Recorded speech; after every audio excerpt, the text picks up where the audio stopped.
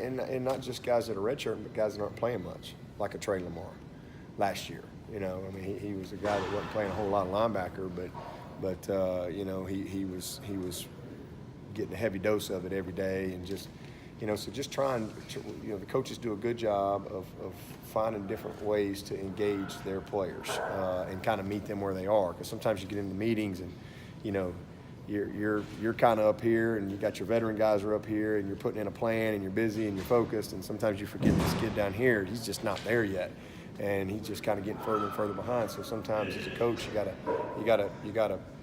go to where they are and find ways to do that. And then some of our red shirt guys, yeah, like a Klee, you know, Kelly Bryant is a perfect example of how he's been prepared, even when you weren't really seeing him play a whole lot, and how he got reps at practice, the game plans, the tips and reminders, the tests weekly, you know, taking ownership of the installation.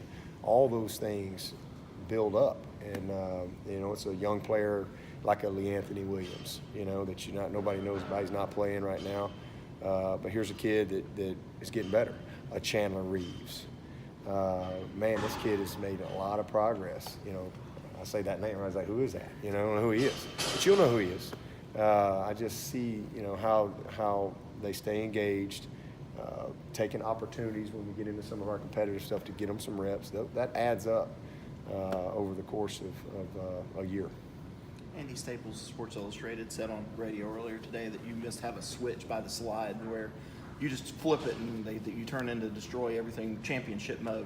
And he's being a little bit funny, but does it help this time of year having a team that has been in championship mode? They know how to do it. They know how to win. Well, I think it helps having a culture, you know, that understands what it takes. You know, that's really because your team changes every year.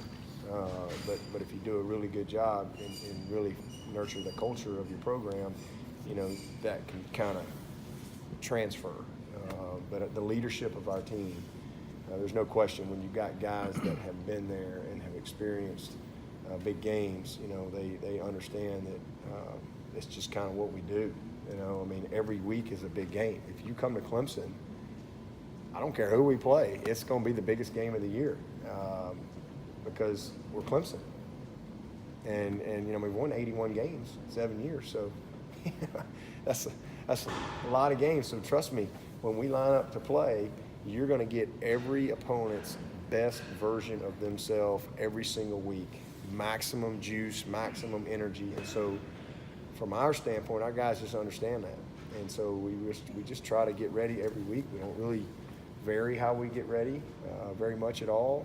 We just try to play well, and try to create that pride in performance and consistency in performance. That's really what we focus on, and because of, you know, the past 7 years, these guys have been in a lot of big games, and so, you know, when you try to just carry that over from year to year with the leadership of your team, because the best teams that I've been on as a player, best team I've been on as a coach, they're really player led. I mean, I just kind of guide them, keep them on track, and then they'll very often I have to kind of kick them back on order and get them back in line. But best teams are player led, and this is a perfect example of that type of team. These guys, they get it. You had that, I think, feeling back in the spring, a really good feeling about this group. Yeah.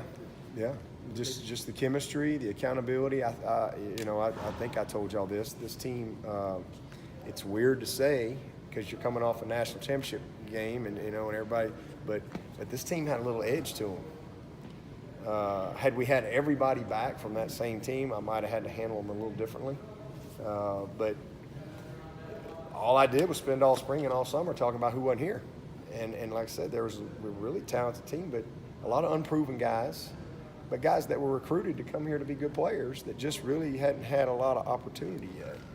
And so they had a little edge to them coming into fall camp. And I love that. I did everything I could to kind of embrace that. And these guys have answered every challenge all year long. And now you're in a position, you know, for 13 weeks now, I mean, they've controlled their own destiny. They believed in themselves. They believed in what we do.